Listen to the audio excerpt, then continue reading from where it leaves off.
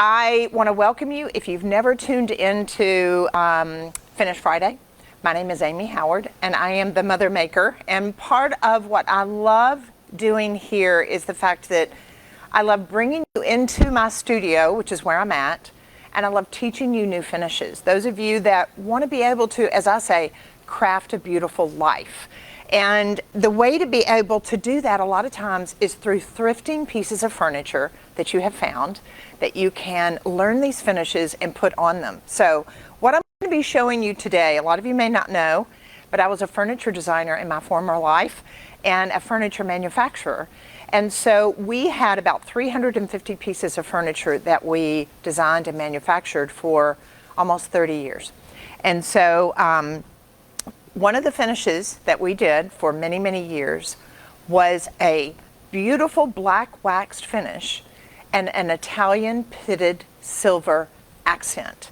And so when we look at, if we look at furniture, if we're looking at doing mirrors, if we're looking at frames, whatever it is that you're thinking about doing, the great thing about it is to be able to create really classic, elegant looking and very upscale looking finishes is crucial, whether it's going to be in your home or you're going to be doing it to flip and resell it. So what I'm going to take you through today was one of the most popular finishes that we had in 30 years. It's timeless and it never goes out of style. So as you pop on here, please tell me where you're tuning in from. Just say, Amy, this is Marie. I'm from Southern California. I just love seeing where it is that you tune in.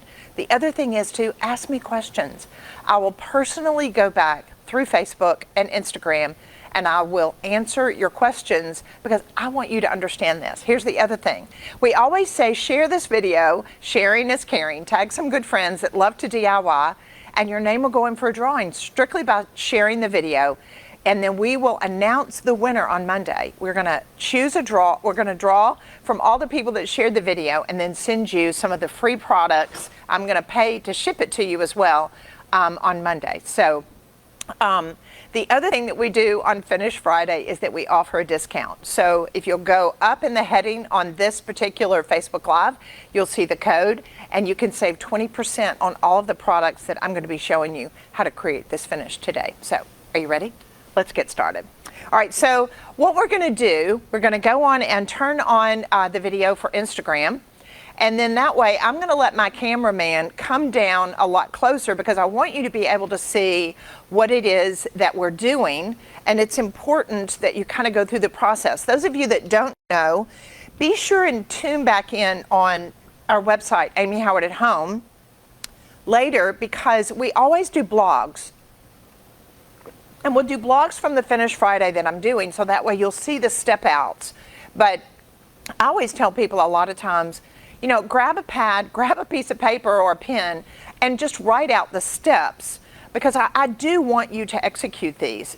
This is a winner, hands down. This is a winner finish that you want to be able to learn how to do. So I'm starting with raw wood.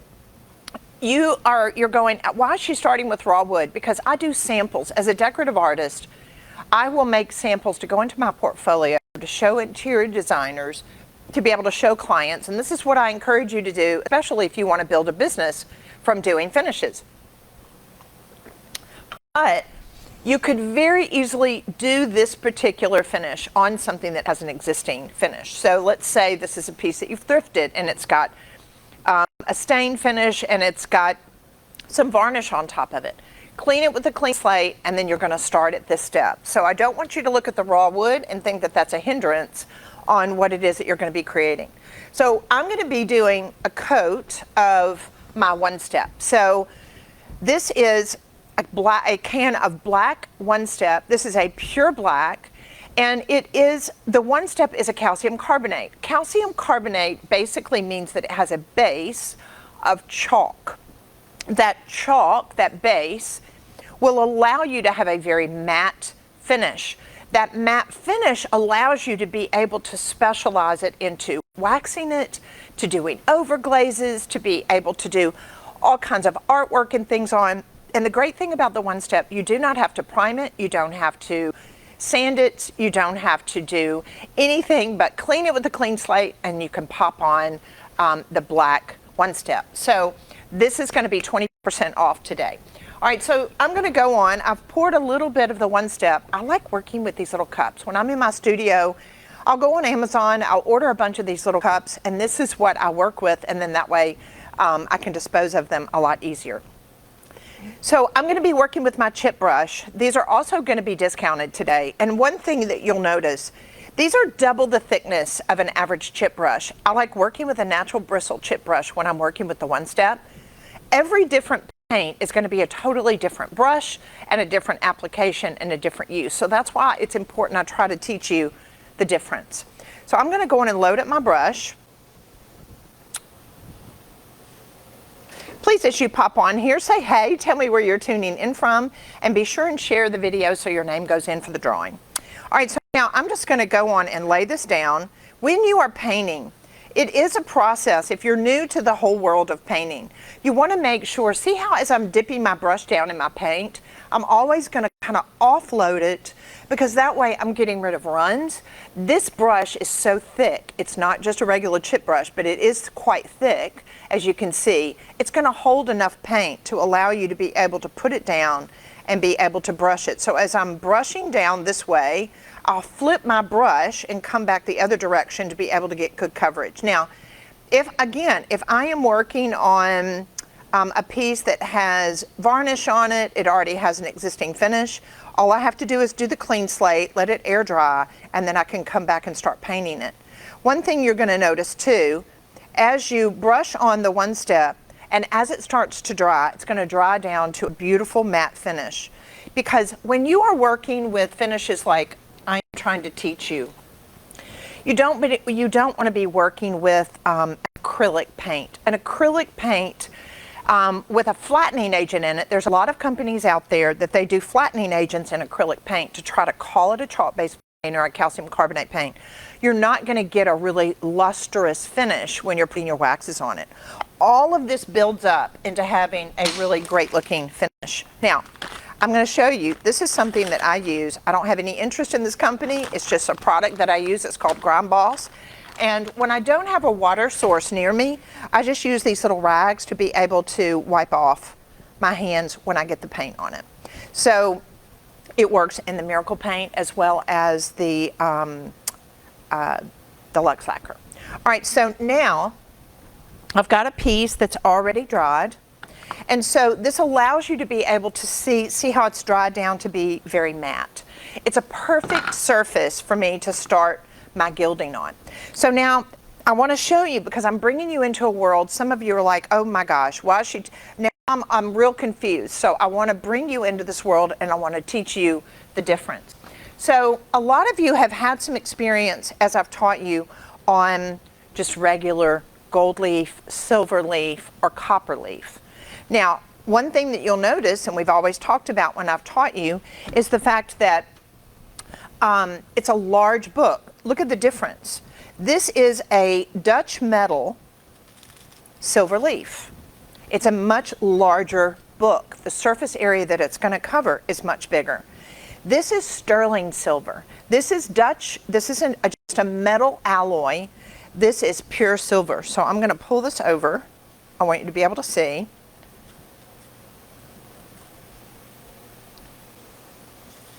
Now, the first thing you're going to see just at first glance, what is it? It's the size of the difference in the size. This is much bigger and this is much smaller. Here's something else I want you to notice. Watch this. I'm going to pull up, and I know this bothers some of you. Y'all send notes and you're like, she's wasteful. I'm wanting to be able to teach you so that way you understand the difference. But I want to show you something. So when I pick up the silver leaf that is a Dutch metal, look how I can kind of play with it. I can move it around. It's coarser. It's still going to fall apart. It's going to have it to where it'll be kind of in pieces. And I save these pieces, but I want to show you the difference between this now and when you're working with sterling silver. All right, so now I'm going to put this off to the side.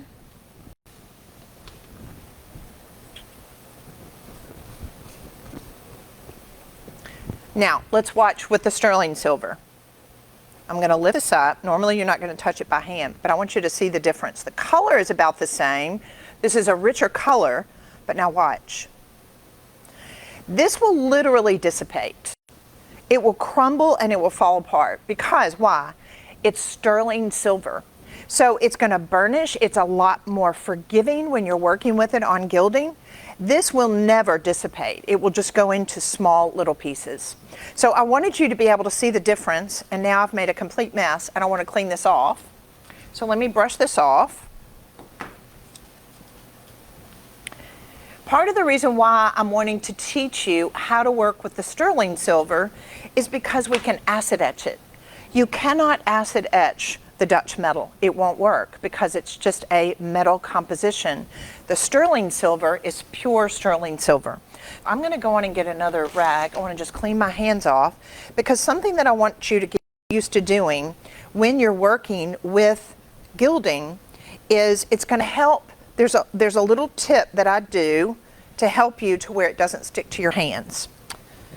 So let me blow this away.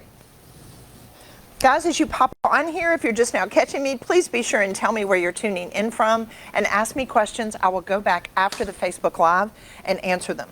So one thing that I do as a little tip, I'll just use some regular baby powder. This is just pure cornstarch. And what I'll do, because a lot of times when I'm working with cleaning my hands, wiping it, using soap, it'll have a tendency to make the leaf stick to it. So I'm just going to put a little bit in my hands like this. And then dust it. So what that does by putting baby powder on your hands, it's going to make it to where your fingers are not going to stick to the leaf as much. So now the first thing we do before we can actually go to the process of gilding is we've got to lay down some glue for it to actually stick. So you cannot use just any regular glue. You've got to use what's called a gilding size. The gilding size allows you to be able to have what we call tack.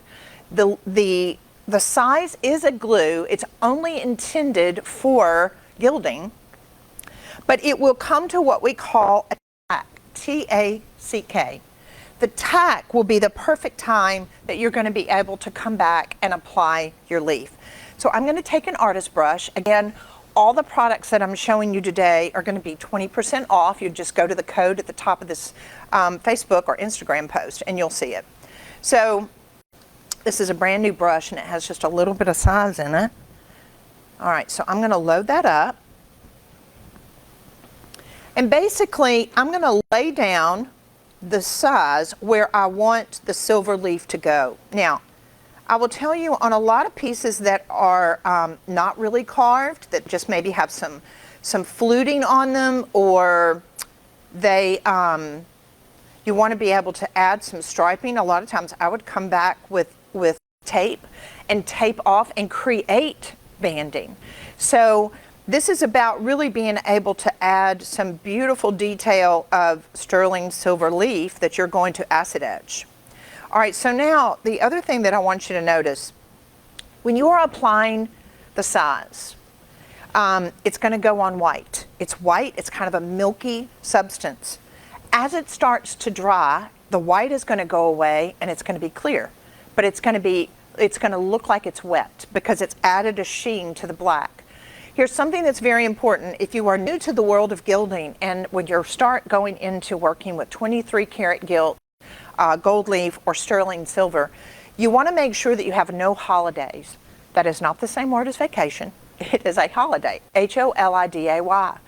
And that holiday is an area that you missed with the brush. If you don't get the size on, which is our glue, what's going to happen on your holiday? The leaf will not adhere. So I want to make sure that I get good coverage, but at the same time, if I mess up, if I miss an area, guess what? I can fix it. I'll let it dry when I've finished the leaf, and then I'll come back and I'll do what's called double gilding. So now I'm going to turn my wrist. I'm going to turn it like this, and I want to lay down. See that little dip? If I hold that up, can you see that? As far as how this comes down like this, I just want to get the very top. I don't want to go down in here because that's going to be part of my finish. So I just want to get the very top of that trim. So I'm going to change the direction from this way of painting to this way, and I'm just going to lay my brush down. Look at that. I'm going to lay my brush down so that way it just gets on the top. If I was trying to paint it like this, I'm not going to get as much of an exactness, so I can just lay that down like this and roll it. I'm going to tip it back in my size again. Guys, if you're popping on here on Instagram or Facebook, please ask me your questions. I'm going to go back in and answer them later, so that way I want to make sure if there's any questions that you have learned that, because I want you to jump in and start doing this. All right, so let's look at the difference. Here is flat mat from my one step. I'm working on the one step if you're just now popping on. I've applied the size, the water-based size, here, here, and here. So you see the difference as far as how glossy it is, or the sheen. All right, so now we've got to make sure that this comes to tack. I can pop this now in some water, because this is water-based size. You're just going to clean it with soap and water. So I'm going to pop that in my water. And I want this to come to tack. You cannot lay down the leaf directly on this after you have laid down your size. The best way to check it is to use your ring finger. Those of you that have been in my Old World Finishing course or my Inner Circle, you know that your ring finger is the weakest muscle in your hand. So that way when you go down to touch the size, when it's come to tack, it's going to barely just kind of pull the skin on your finger. And because this finger is the weakest, you're going to feel the pull more than if you were using your index finger. So as I touch this, I can tell if it's pulling or not, if it's come to tack. If you feel like it's not completely to where it's still kind of going to grip it, you do not want this to dry completely. If it dries completely, you've lost what's called tack, T-A-C-K. As a rule, just from a time perspective, you're looking at about 5 to 6 minutes. You'll have tack within 5 to 6 minutes. The other thing is, don't work over a fan, a ceiling fan, or having a fan on you. All right, so now I'm going to go on and I'm going to add a little bit more baby powder again, just because I was touching stuff. And I want to make sure that the baby powder doesn't get on the size, because it will act as a hindrance for it actually sticking. So the other thing is, when I'm working with sterling silver, it's totally different. There's still a book on the side, just like if I was working with gold. But I want to cut this down just a little bit. See the size of what it is that I'm working with and where I'm going to be laying it down. So I'm going to cut my book always this way with the binding in place. You don't want to cut across this way. Why? Because the binding does act as a way, if you were working with a larger leaf, it actually helps hold it together. So I'm going to cut this like this. There's 25 pages of sterling silver in the book. Same with gold, same with Dutch metal gold or sterling silver. All right, so now I'm going to pull this back. Here comes the tricky part. I'm going to pull this to where I've got it closest to me.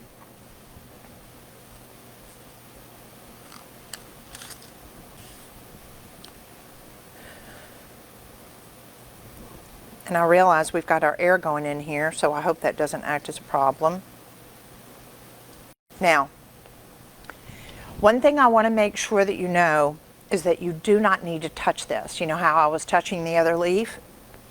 We don't want to touch this. You know why?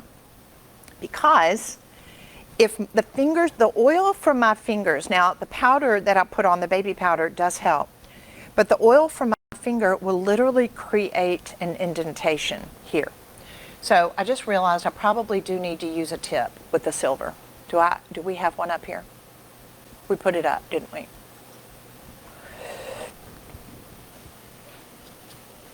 So hold on, let me see if I can just show you how to do this. So I'm going to put my finger right at the edge, and I'm going to flip this over like this. And I'm going to burnish it from left to right, just like I'm reading a book.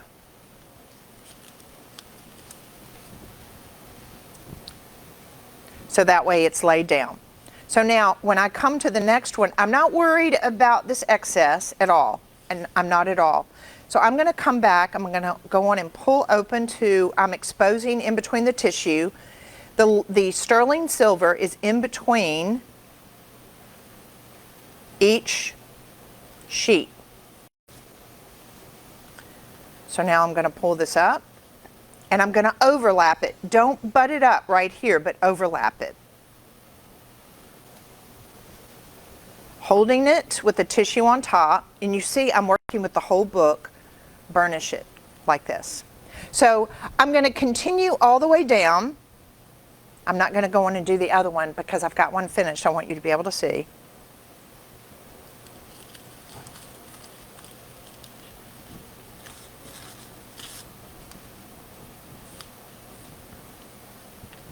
All right, so if something happens and when you're gilding, if you get a little bit of a holiday like right here, what I would prefer for you to do is take a little brush, take another brush, do not touch it.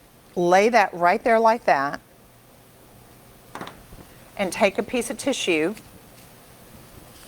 I'll cut this off. And go back in and burnish it in. Remember how I showed you earlier how the leaf was just kind of falling apart? That's why this is so forgiving. When I go in to clean this, the leaf is going to easily go in and fill in any holidays. That is one of the beauties of working with sterling silver. So now, how did I lay it down? I laid it down one over each other. So I'm going to flip this. And I'm actually going to start to go in the direction that I was gilding it.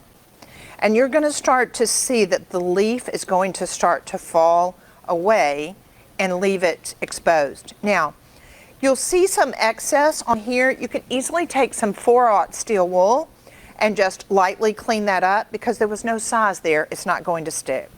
So now I've got one already ready. Let me clean this off. When you're gilding, having a really great clean surface area is very, very important. So now, I want you to see, I've got my leaf, it's done. I was able to get it on all of the little top parts like I showed you here. And it's really giving me some nice detail. So now I'm ready to go in and acid etch it. So it's a two-part process. It's going to be a combination of using my zinc solution and my antique mirror solution. Want to make sure that Instagram can see that too. All right, so we've got zinc and then antique mirror. So this is first and this is second. This is a very important process. And remember, I'm going to have this on a blog so that way you'll be able to read the step outs.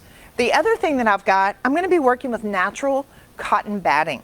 You can get this online. You can get it at Joann's or a fabric store, an upholstery supplier. This actually has seeds in it. You cannot get the same look with a polyester batting. It will not work. You're going to have to work with a natural cotton batting. So I'm just going to roll this up and I'm going to dip this into, again, my zinc solution. That's what I'm dipping it in. And I'm going to put it on first over the sterling silver. So now one thing you're going to notice, you're not going to see anything happen. The actual aspect of it turning is when I'm going to come back and add my antique mirror solution as part 2. So I'm going to come in here and I'm just going to dab it. I'm not scrubbing it. I'm not overdoing it. I'm dabbing it. You're going to see this beading. Does that show up on the camera? Can you see that? Can we get any closer for these guys, or is that it? So, Instagram, can you see those beadings? So the beading, that's kind of what I want you to see. I want you to just make sure that you do maybe 2 passes with the zinc. And that's it. Nothing is going to happen at this point. So I'm going to dip it back in here again. Come down over here. Coming back, my second pass. Now I'm going to come on the top. It's not going to hurt the one step, so don't worry about that. All right, so make sure you clean your hands after you use the zinc. You can use gloves if you want to when you're working with that. So now I'm going to work with my antique mirror solution. Now, big, please make a note. When you're writing this down, please remember this. I want you to cut this 50% because the thicker the antique mirror solution is, When you put it on top of the zinc solution on your sterling silver, again, this is working with sterling silver, it's going to go darker. So I want to be able to get it into this pink zone, just a really pretty antiquing process. So what I've done is I have cut this. I took the antiquing mirror solution. You know what? I'm going to do it because I know there's something about just seeing it. I want to make sure that you really understand it. So I want you to pour in 50% of the antiquing mirror solution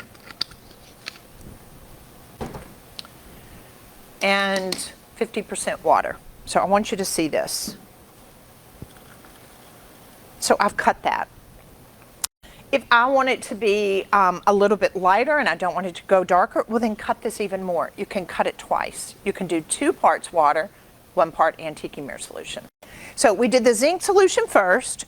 It didn't dry. It's still wet. I've got little droplets on it. It's perfect. So now I cut this. This is a little atomizer, to be honest with you. This was, I had a cleaner in it and we cleaned it. We were like, we need a mister. So I wanted to be able to show you this process. So when I mist this, I want you to just see, I'm just going to test it. See how small the little droplets are? Did that show up on the camera? Can you see that? All right, so now I'm going to barely press down on this because why? I want to create little droplets that I can dab. I want to be able to have a feeling of depth when I'm creating this Italian pitted silver finish.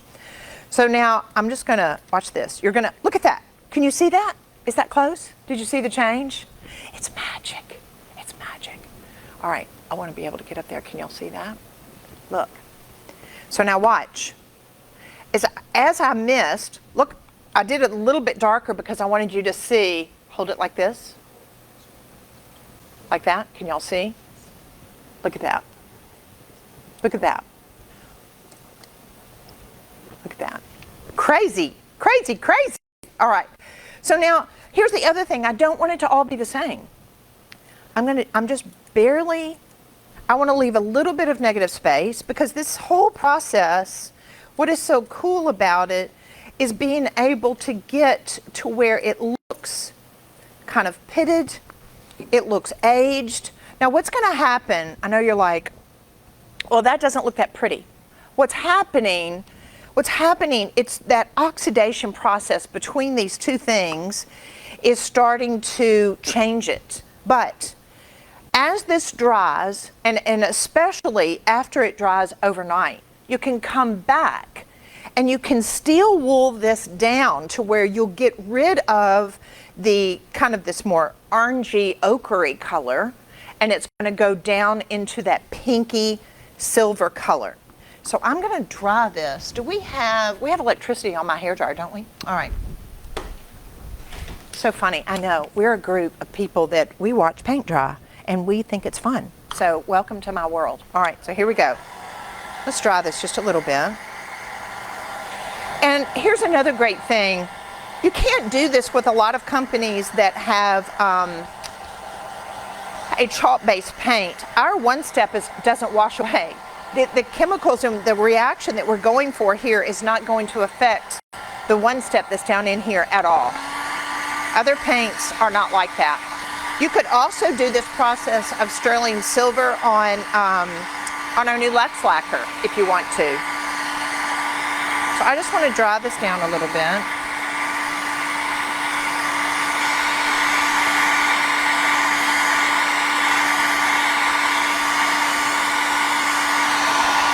Steel wool. Bear with me.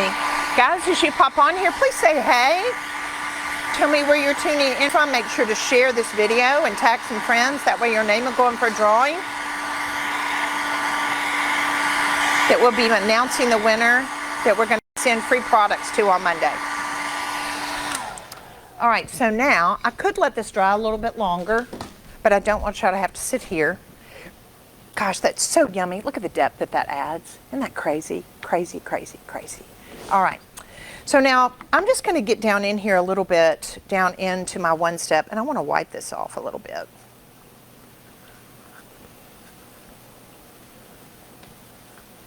Truly, my Capri dining table This was the finish that we did on it, and it was absolutely spectacular. Now, here's a caveat, what I want to say. It really is good to let this dry overnight. If you're doing this process, I want Instagram to be able to see that. If you're doing this process, you do want to make sure that it dries overnight before you do this steel wool. So this is a 4/0 steel wool, and it's very, very fine. And I'm just going to come back because what I want to do is I want to set this back a little bit. So I'm barely touching it, and what it's doing, look, can you see the comparison between here and here? See already? See how that's kind of softened? And what I'm also going to see is I'm going to start to pull a little bit of that black. Oh yeah, oh yes, this is so fab. Oh my goodness. It never gets old. Oh yes. And here's the deal. There's no way, I want to get a clean piece of paper so that way it doesn't look messy. There's no way, let's look at, can you see? Look at the difference. Here's what I just steel wooled. Here's what I haven't done yet. Look at the difference of the color. See how much prettier that is? Look at that. So, can y'all see? This has not been steel wooled. This has. See how it set it back? See how it took that kind of orangey, ambery color? Now you may say, Amy, I like that. Well, that's great. But I want to show you this way first. Look how delicate I'm being when I'm actually steel wooling it. I will tell you, there are companies, they're actually furniture manufacturers that do this finish now. I've taught a lot of people how to do this. Nobody ever wants to give these secrets away. But that's why you can go for Finish Friday, right?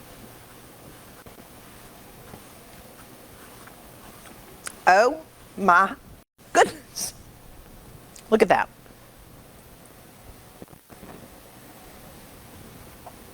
Can you see? So fab. All right. So now, what are we ready for? I'm going to go in and clean this off.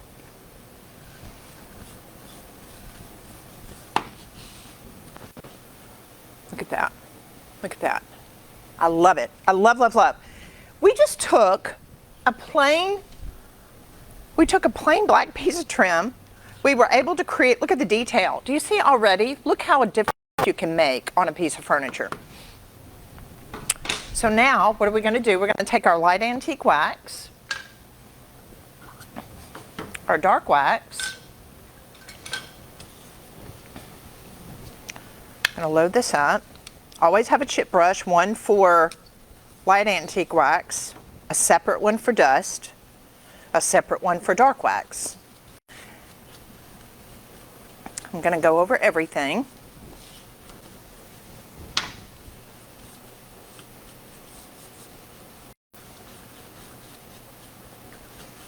Really and truly, it's learning techniques like this that's going to be able to allow you to create incredibly authentic looking finishes that people are like, that's got to be old, because there's no way you'd be able to do this. This is a great finish. Okay, this is a great finish to do on hardware. You can do this on accent pieces, anything. I mean, this will go too with so many colors, dark brown, chocolates, blacks. Anything that silver would be a complementary color on, this would be absolutely fabulous. All right, so now I want to be careful to use a whole lot of dark wax on the silver. Why? Because I don't want to muddy this up. I don't want to cloud it up. But what the black does on the black wax does on the black one step, it is going to make it richer. So I'm going to do just a little bit down into the crevices.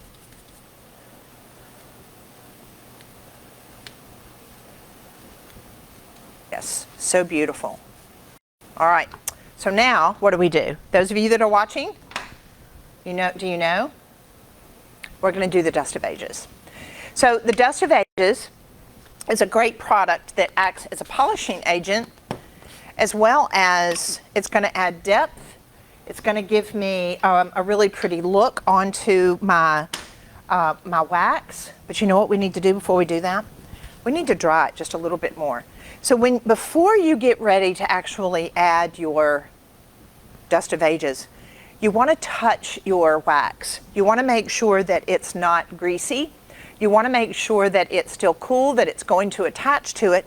You can't let this dry overnight and the dust adhere.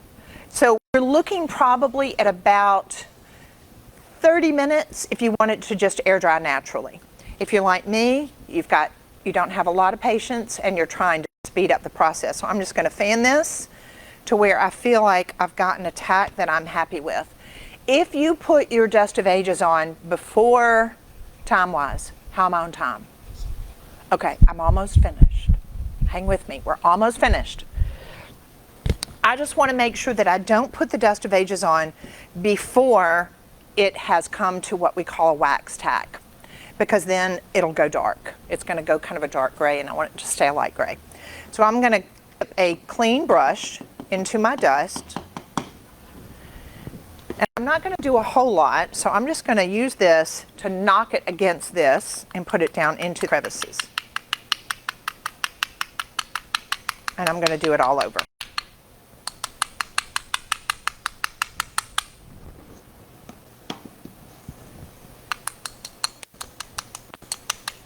And it's good to get it on the sterling as well.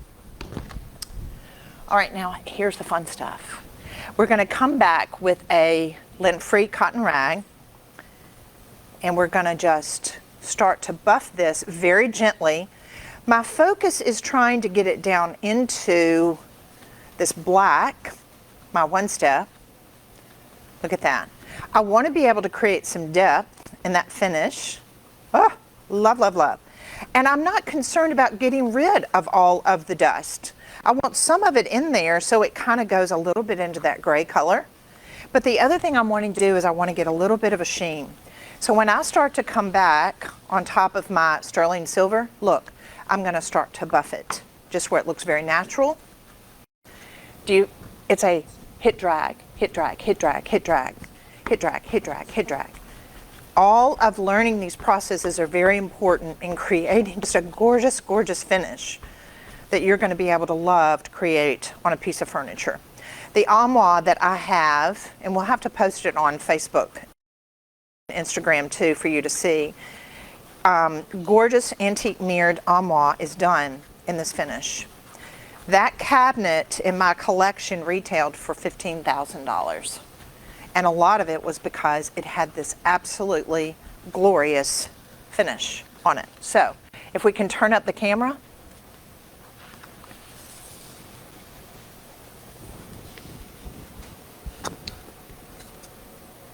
Do you love it? Do you absolutely love it? This is such a sophisticated finish that I promise, if you have a piece of furniture, even a mid-century modern piece, something with very simple lines on it that you want to be able to tape off to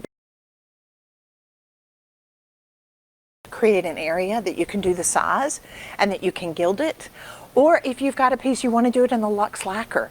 If you've got a front door, if you've got a door in your house, if you've got anything that's even glass. A lot of people don't realize you can do this Italian pitted silver finish on glass, on ceramic, because the eyes will adhere to that. But it truly is one of my favorite finishes that I think you're going to be able to elevate your look on your pieces. And think about how easy is it. You can brush on some black one step and then come back and do this Italian pitted silver finish, and your friends are going to say, how in the world did you do that? That looks absolutely, truly authentic. I hope you have a great day. Don't forget to share this video, tag some good friends, your name will go in for a drawing. And also all the products that I teach you how to use today, we've got a 20% off code that you can type in. Great day, everybody. Love you guys. Mwah.